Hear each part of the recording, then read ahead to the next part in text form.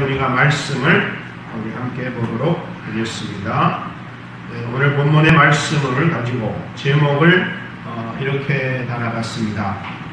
하나님께로 돌아가자 라는 제목으로 우리 함께 은혜를 나눠보려고 합니다. 오늘 본문의 말씀을 우리가 읽다 보면은 이 아모스서 1장부터 쭉 여러 번 읽으면서 이 본문 처음부터 읽다 보면은 1장 1절에는 이 예언자 아모스에 대하여 소개하고 있습니다.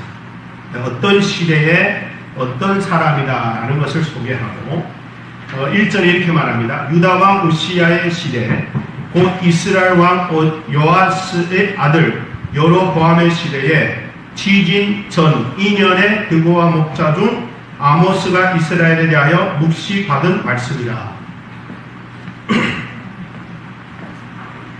이렇게 하나님께로부터 말씀을 받은 아모스가 하나님의 백성들을 향하여 말씀을 예언하는 내용으로 소개하고 있습니다. 아모스는 어떤 사람이냐? 아모스는 원래 예언자도 아니고 선지자도 아니었습니다. 그러면 어떤 자였느냐? 원래 드고아라고 하는 지역에서 양을 기르고 또 뽕나무를 재배하는 그런 농민이었습니다. 그런데 하나님께서 그를 불러서 하나님의 선지자로 하나님이 급하게 세우신 것입니다. 7장, 아모스 7장의 14절 15절에 보면 아모스가 아마샤에게 대답하여 가로되 나는 선지자가 아니며 선지자의 아들도 아니요 나는 목자요 뽕나무를 배양하는 자로라. 양떼를 따를 때에 여호와께서 나를 데려다가 내게 이르시기를 가서 내 백성 이스라엘에게 대언하라 하셨으니 라고 얘기하는 것을 볼 수가 있습니다. 원래 아모스는 예언자도 아니고 선지자도 아니고 그는 농민이었고 목동이었는데 하나님이 부르셔서 하나님이 하시고자 하시는 말씀을 하나님의 백성들에게 대언하는 말씀이다 라는 것입니다. 그래서 3절부터 이렇게 읽다가 보면은 아모스를 통하여 하나님이 여러 지역의 사람들의 죄를 얘기하고 있는 것을 볼 수가 있습니다. 3절에서 5절에는 다메섹에 대한 죄, 또 6절에서 8절에는 가사의 죄에 대한, 또 9절에서 10절은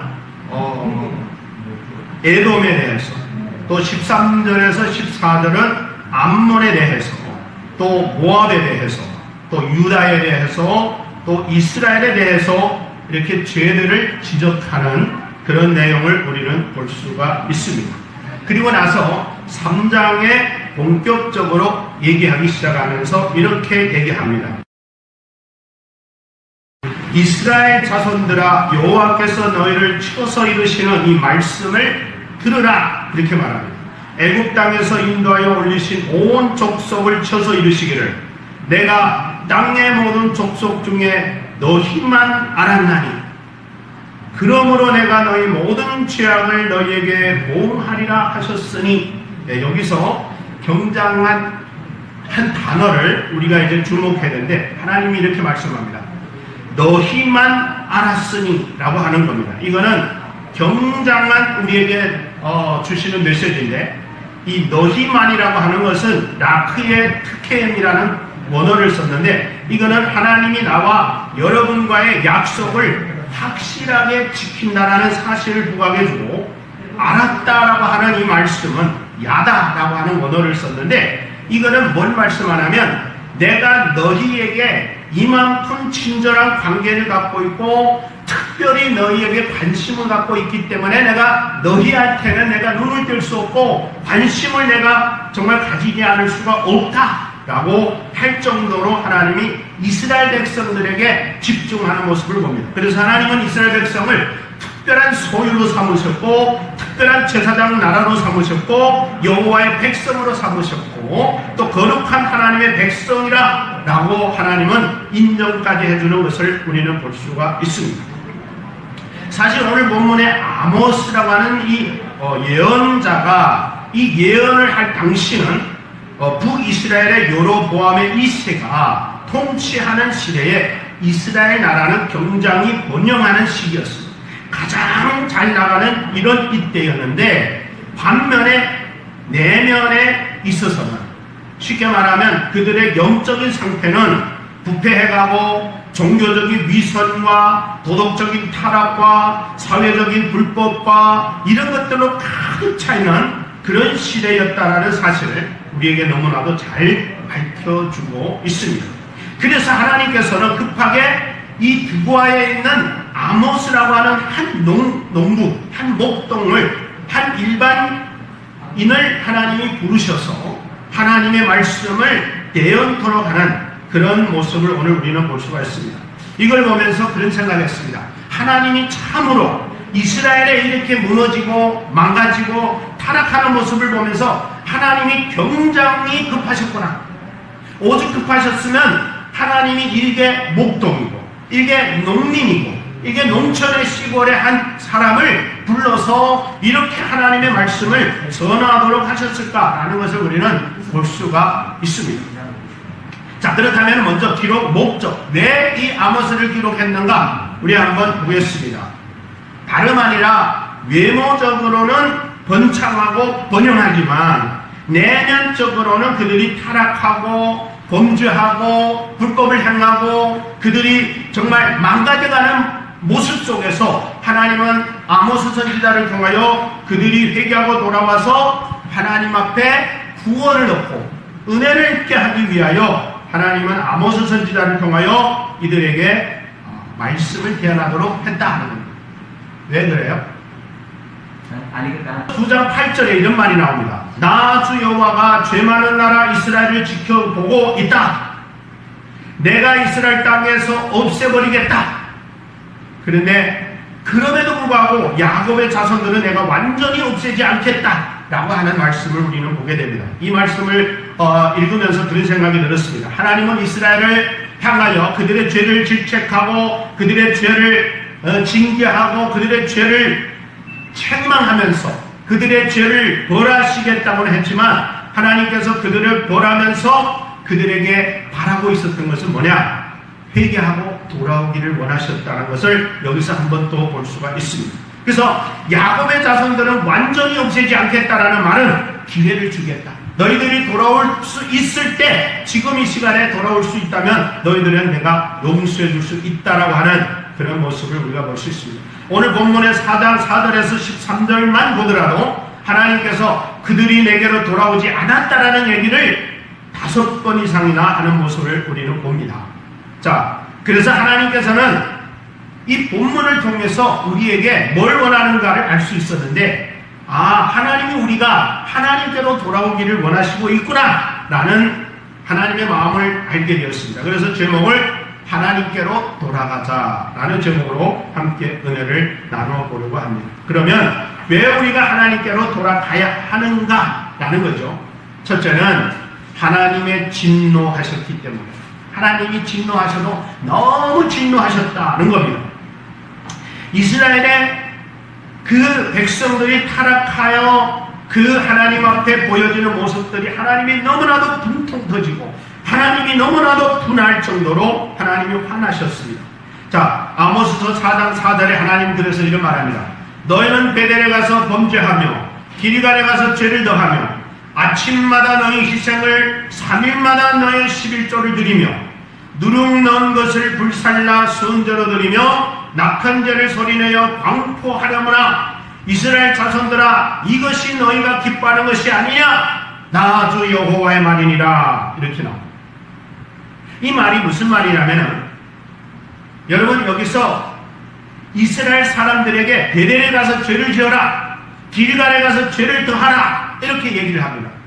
사실은 베델이라는 것은 어떤 것입니까? 베델이라 하는 것은 야곱이 돌기둥을 세워놓고 하나님을 만나서 하나님 앞에 단을 쌓았던 그런 곳입니다. 이스라엘 백성들에게 있어서 이 베델은 예배 중심지만큼 중요하게 여겼던 자리입니다. 그뿐만 아닙니다. 길갈이라고 하는 이곳에 가서 죄를 더하라 그랬습니다. 이 길갈은 어떤 것입니까? 여호수아 인도하에 가나안으로 첫 입성해서 그들이 그곳에 돌단을 쌓고 할례를 행하고 유월절을 지켰던 아주 기념 있는, 아주 그들에게 중요한, 정말 기념이 되는 그런 곳이었습니다. 그들이 잊을 수 없는 그런 곳이었습니다. 그런데 하나님은 말씀합니다. 베델에 가서 죄를 지어라, 길갈에 가서 죄를 더하라, 이렇게 얘기하는 말씀은 무슨 뜻이냐라는 거죠. 왜 길갈에 가서 죄를 더하고 왜 베델에 가서 죄를 지어라 이렇게 말할까요? 그들이 행동한 게 뭡니까? 그들의 행동은 별로 죄 지을 만한 행동이 아닌 것처럼 우리는 볼 수가 있습니다. 자, 왜 그러냐? 그들이 보면 이랬습니다. 그들은 아침마다 희생제물을 드립니다. 3일마다 11조를 드립니다. 그런데 왜 죄를 더한단 말입니다. 하나님이 왜 이렇게 얘기했을까?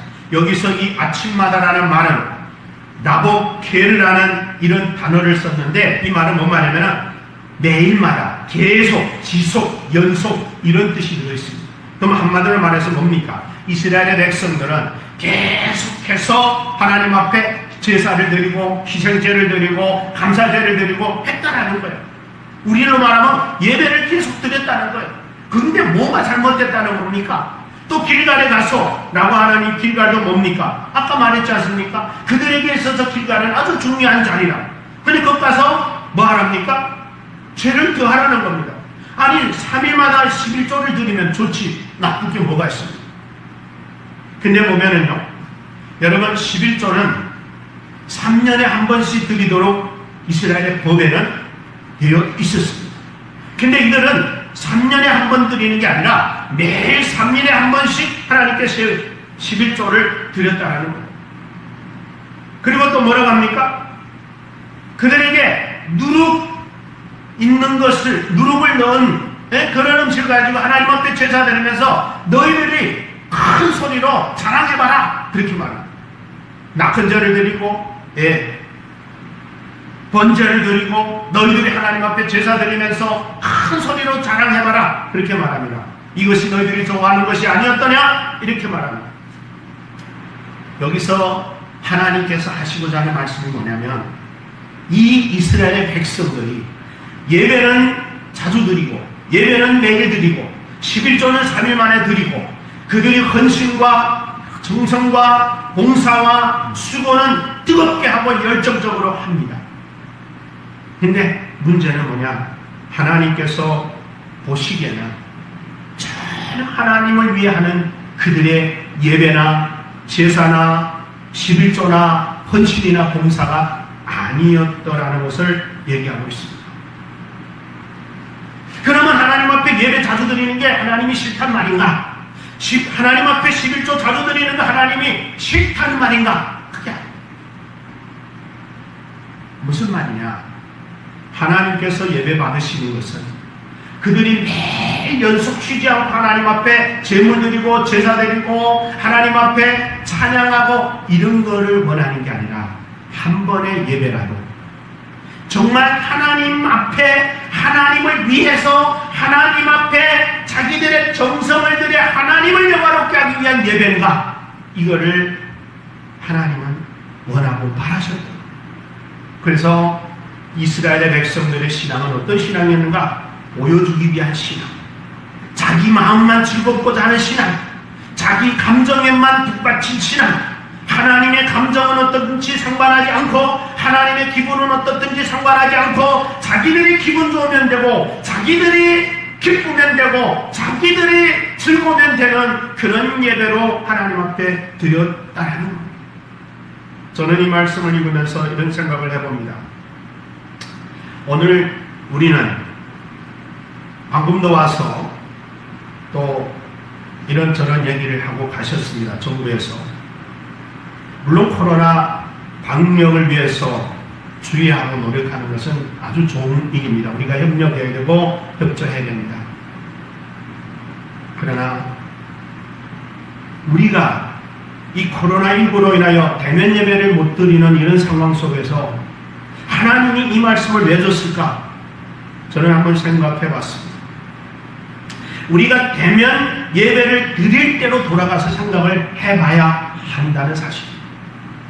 과연 우리가 지금 대면 예배를 못 드리는 지금 이 시간에와 대면 예배 드릴 때 우리의 예배를 한번 생각해보면, 여러분 교회에 오면 우리는 예배가 좀 더 경건해 보이고 좀 더 뜨거워 보이고 좀 더 즐거워 보이고 좀 더 생기가 있어 보이는 그런 예배일지 모르겠습니다. 그러나 정말 진정으로 우리가 대면 예배 드릴 때에 하나님의 기분을 고민하고 예배 드린 적 있습니다. 하나님의 마음, 하나님의 심정은 어떤지 생각하며 예배 드려본 적이 있습니까? 저는 이 본문을 준비하면서 정말 다시 한번 돌아봤습니다. 우리가 교회 와서 뜨겁게 찬양하고 열심히 기도하고 열심히 봉사하고 열심히 교회 출석하고 열심히 성가 부르고 이런 것들은 다 잘합니다. 그런데 혹시라도 내 감정으로 내 기분으로 하나님을 예배한 적은 없는지, 저는 우리 대면 예배를 통해 가지고 많은 부분들이 정말 이스라엘의 이 타락한 이 드러내기, 보이기, 내세우기 위한 예배같이 정말 사람들이 많으니까 내가 와서 조금만 뭐 활동하면 사람들이 눈에 띄니까 나를 알아줄 거라고 생각하니까 내가 교회 가서 봉사하면 내 기분이 뭐 한 것 같아서 기분이 좋으니까 내가 11조 하게 되면 하나님 앞에 난 복 받을 짓 한 것 같아서 기분이 좋아지니까 하나님 앞에 예배드린 적은 없는지 우리는 돌아가야 됩니다. 여러분, 제가 이런 생각이 들더라고요. 오늘 아침 새벽에 일어나서 기도하고 성경 읽으면서 이제 옥상에서 걸으면서 하나님이 저한테 이런 마음을 줬어요. 만약에 나라의 임금 앞에서 너희들이 예배를 드린다고 하면 너희들은 어떤 자세일 것 같으냐? 여러분, 옛날에 임금이 명령을 내리면요, 그 임금의 명령을 가지고 전달하러 가가지고 이런 얘기합니다. 어명을 받들라. 어명을 받는 백성들은 그냥 서서 받지 못합니다. 무릎을 꿇고 받습니다. 무릎을 꿇고 받는데 어명을 얘기할 때 오늘부로 너희들은 이곳에서 떠나라. 예를 들어서 어명이 그렇다면은 예 하고 대답하고 반응하고 떠나야 되는 게 어명입니다. 또 반대로 오늘부로 너희들은 모든 묶임에서 자유하리라 하면은 임금을 향한 그들의 태도는 뭡니까? 성원이 만극합니다 라는 표현으로 임금을 찬양합니다. 그런데 오늘 나와 여러분들은 나라의 임금도 아니요 만왕의 왕이신 하나님을 예배하는 우리가 오늘 아모스처럼 이스라엘의 백성들아 들으라, 나는 하나님을 대신하여 하나님의 언행을 전하노라 라고 하는데 우리는 어떤 자세로 하나님의 말씀을 받습니다. 정말 오늘날 교회들이 설교 시간에도 아무리 하나님의 말씀을 외쳐도 아멘 소리가 없습니다. 그 이유가 제가 곰곰이 생각해 봤습니다. 두 가지가 있더라고요. 내 마음에 동의되면 아멘하고 내 마음에 안 되면 아멘하라는 오늘날의 우리들의 신앙으로 전략해버렸습니다. 하나님의 말씀은 내 마음에 들어서 아멘하고 내 마음에 들지 않으면 아멘하라는 게 아니라 하나님의 말씀에는 하나님의 모든 약속에는 예만 있고 아니오는 없느니라. 그러므로 너희는 아멘하여 하나님께 영광을 돌리라. 고린도후서 1장 20절에 말씀합니다. 그래서 제가 그렇게 생각합니다. 만약에 성령의 도우심으로 성령의 감동으로 말씀을 받는 사람이라면 하나님의 말씀을 전하는 것이 동의 안 된다면 아마 설교자가 성령의 감동 없는 인간의 소리를 했을 수 있겠죠. 반대로 하나님의 말씀을 전하는 자가 성령의 감동을 받아 하나님의 말씀을 전하는데 내 마음에 안 들어 아멘 못하겠다. 그러면 설교받는 사람은 성령의 감동이 없는 겁니다. 둘 중에 하나인 것을 우리는 볼 수 있습니다. 사랑하는 여러분, 하나님의 말씀은 내 마음에 들어서 아멘이 아니고 내 마음에 기쁨이 오고 내 마음에 확신이 와서 아멘이 아니라 하나님의 어명이기 때문에 우리는 그 앞에 아멘의 자세가 되기를 주의 이름으로 축원합니다.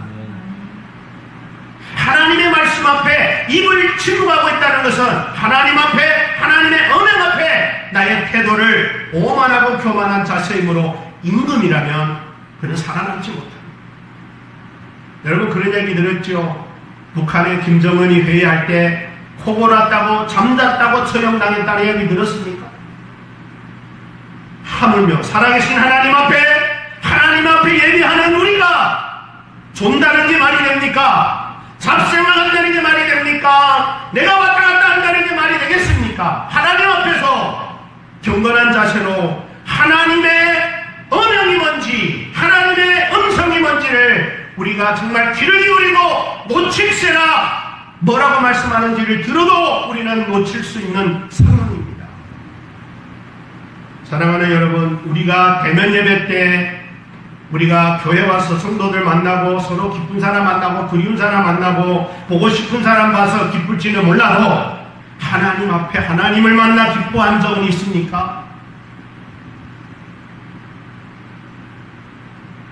저는 이 말씀 읽으면서 하나님이 코로나19로 인하여 온라인 예배를 드리게 한 이유를 저는 충분히 이해하고도 남았다고 생각합니다. 왜냐하면 사람들 앞에서의 나의 예배 자세와 하나님 앞에서의 예배 자세는 전혀 다르니까요.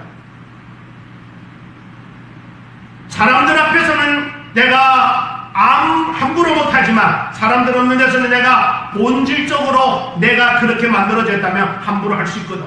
설교 듣다가도 물 먹으러 가고, 설교 듣다가도 화장실 가고, 설교 듣다가도 일어났다 앉았다 할 수 있고, 사람들 앞에서는 그거 잘 못하거든. 왜? 사람들이 보니까. 그러나 사람들이 있는 게 문제가 아니라 하나님 앞에라고 하는 자세를 가졌다면 우리는 그렇게 못합니다.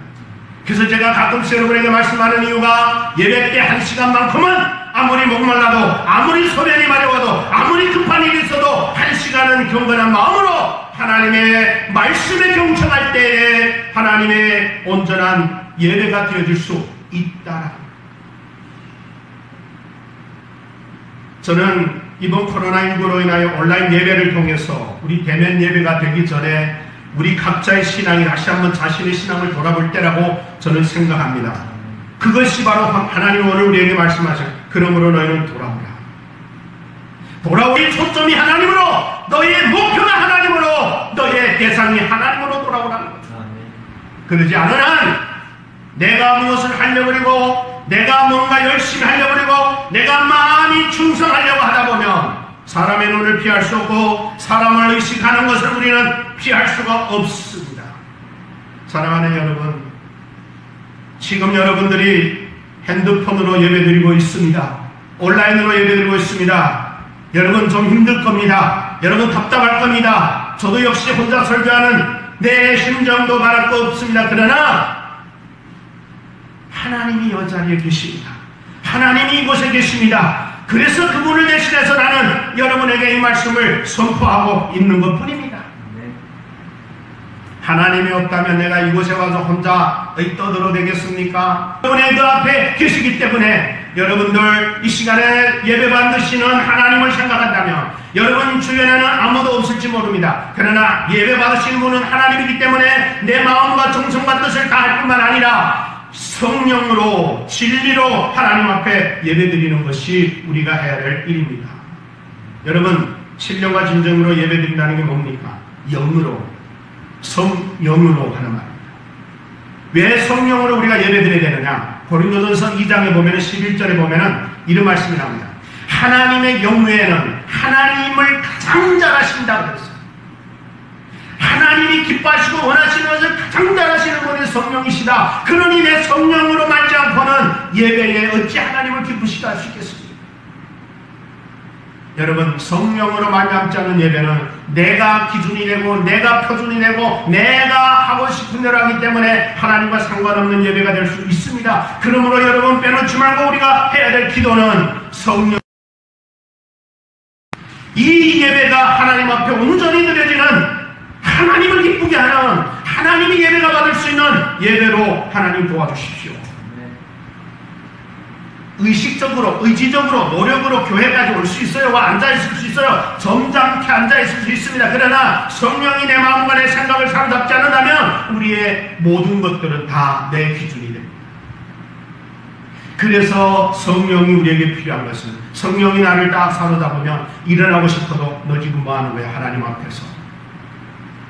내가 조금 일어나고 싶어도 너 지금 뭐 하는 거야? 하나님 앞에 예배하는 시간인데 끊임없이 나를 누르고 눌러서 끝까지 하나님이 나를 온전한 예배 드릴 수 있도록 한다는 거예요. 여러분, 하나님이 11조 많이 드리는 거 싫어서 할까요? 아닙니다. 사람들은 왜 자주 이 11조를 드릴까요?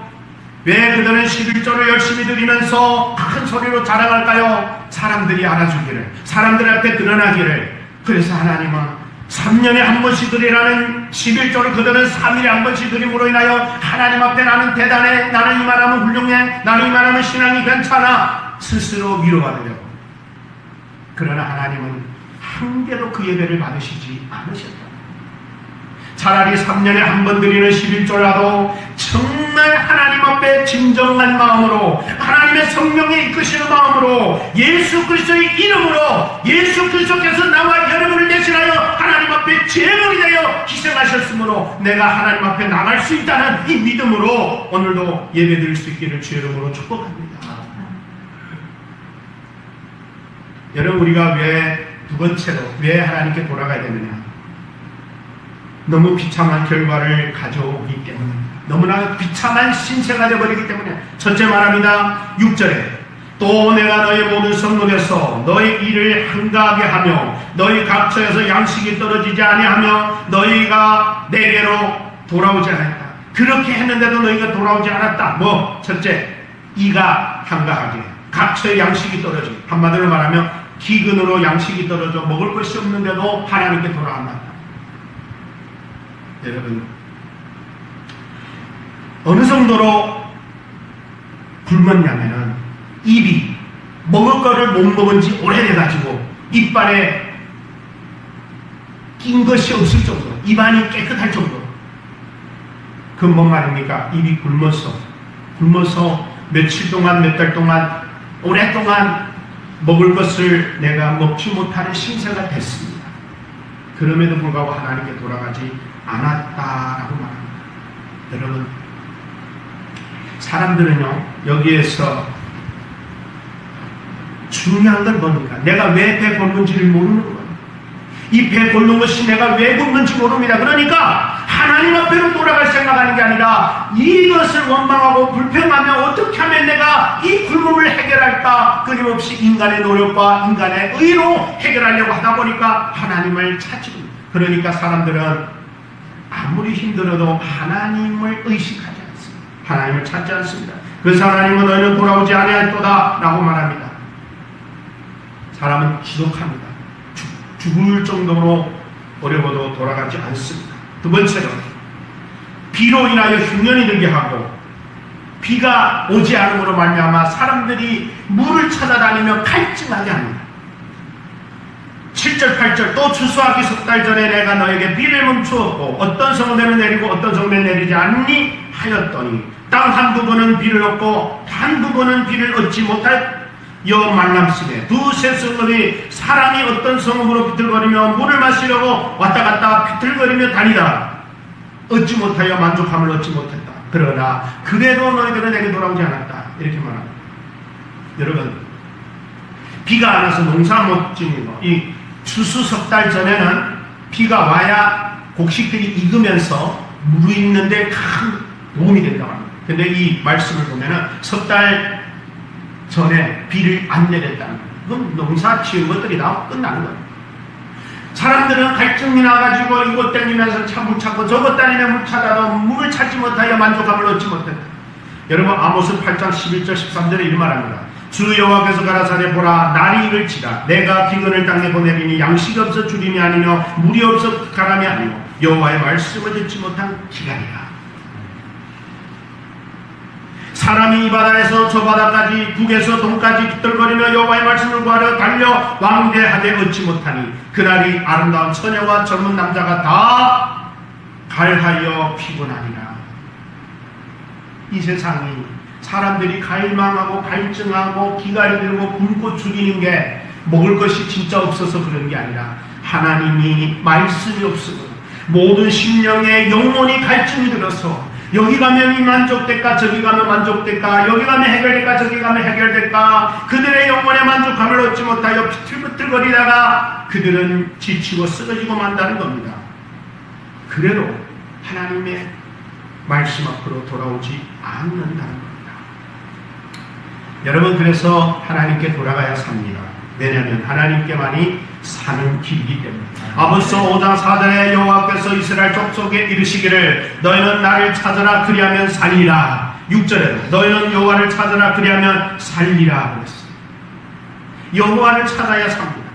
에스겔서 33장 19절에 만일 악인이 돌이켜 그 악에서 떠나 법과 의례를 행하면 그가 그로 인하여 살리라.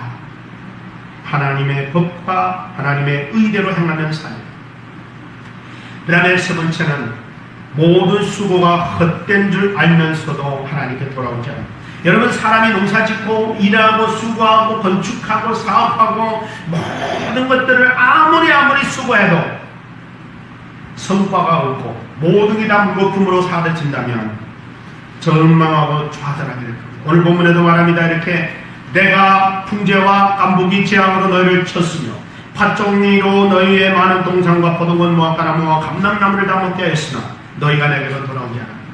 사람들은 자기들이 실패하고 패배하고 패망하고 폐업하고 모든 것을 다 실패했지만 절망에 빠졌지만 그래도 그들이 어디로 돌아가야 살지를 몰라서 그들은 방황하며 좌절하며 낭망하며 그러고 있습니다. 여러분, 사람은 어려움에 닥치면 어디론가 가야 될 줄 아는데 그래서 사람들은 그걸 모르면 자살하기도 하고 자기의 그 수단과 방법을 써가지고 해결이 안 되면 결국에는 스스로를 이제 아주 극단적인 결단을 내립니다. 여러분, 우리 사람에게는 어려움이 닥칠 때에 하나님께 기도해야 되는 좋은 방법이 있습니다. 기도하면 하나님이 응답하십니다. 뭐라고 응답? 하나님, 나 살 길이 없습니다. 하나님, 나 살려주십시오. 하나님, 이런 상황 속에서 어떻게 하면 삽니까? 하나님 뭐라 하겠습니까? 내게로 돌아오라. 그러면 나도 너희에게 돌아갑니다.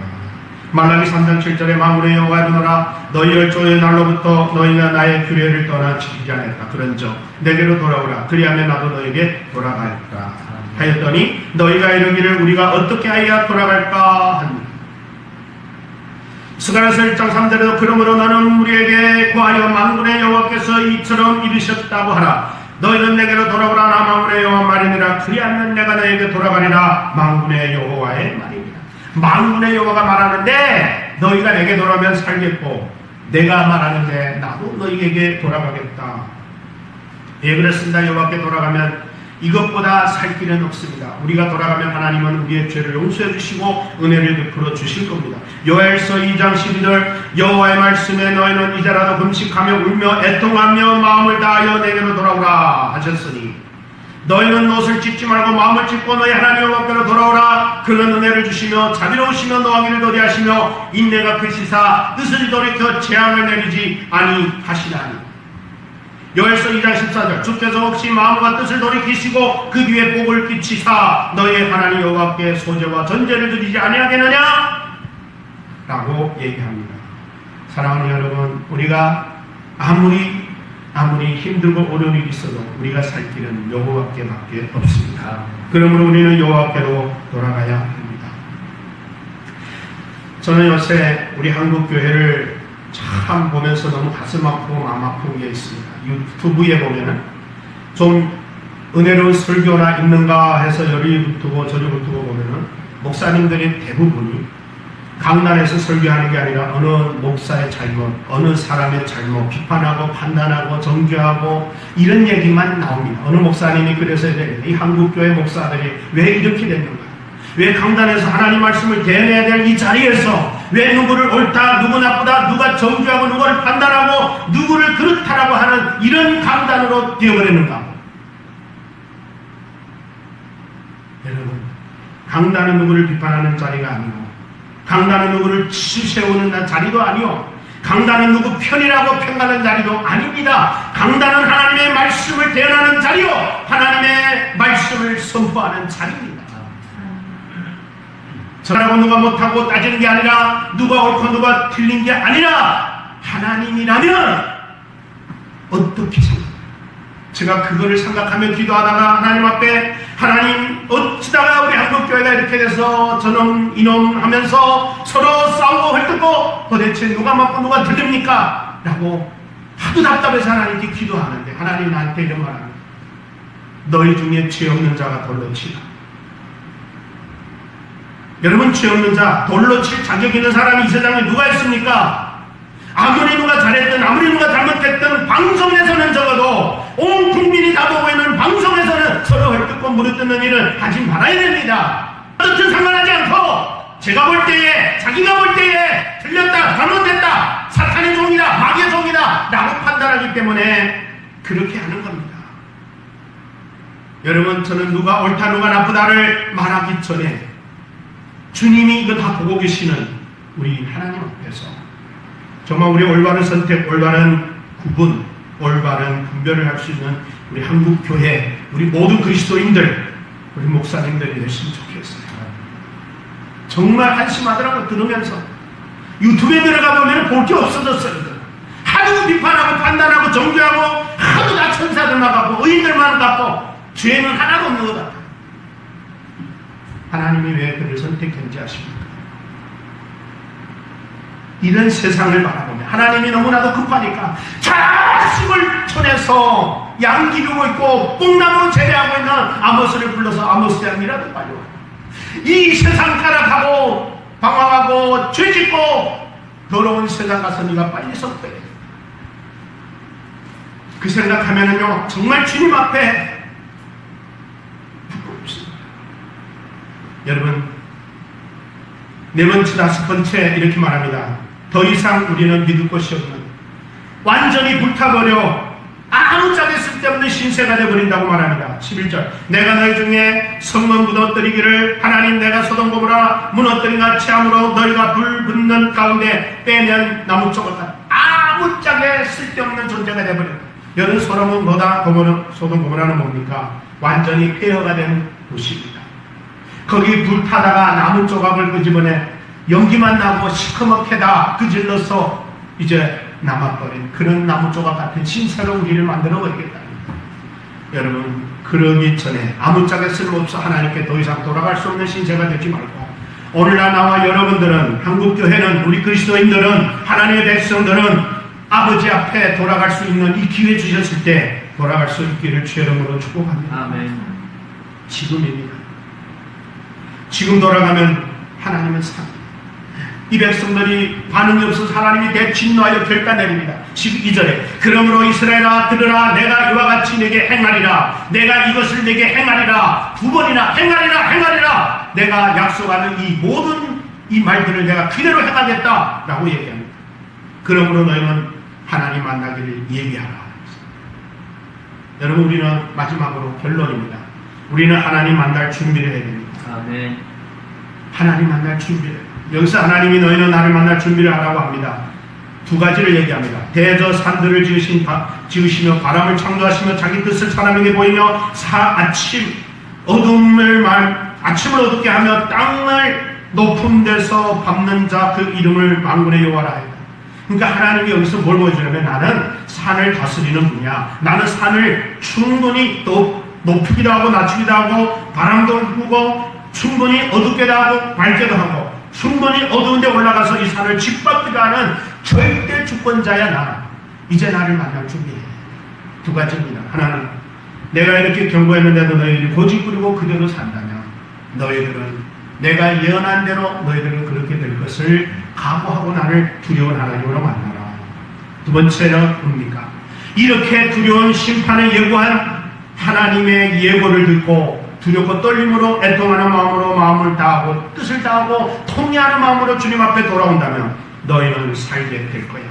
하나님께서 구하는 자에게는 구하시는 제사는 상한 심령이 아니라 하나님의 상하고 통회하는 마음을 주께서 멸시하지 아니하신다 하였고, 시편 34편의 18절 여호와는 마음이 상한 자에게 가까이 하시고 중심에 통회하는 자를 구원하신다 하였고, 시편 34절 19절에는 의인은 고난이 많으나 여호와께서 그 모든 고난에서 그를 건져주시리라.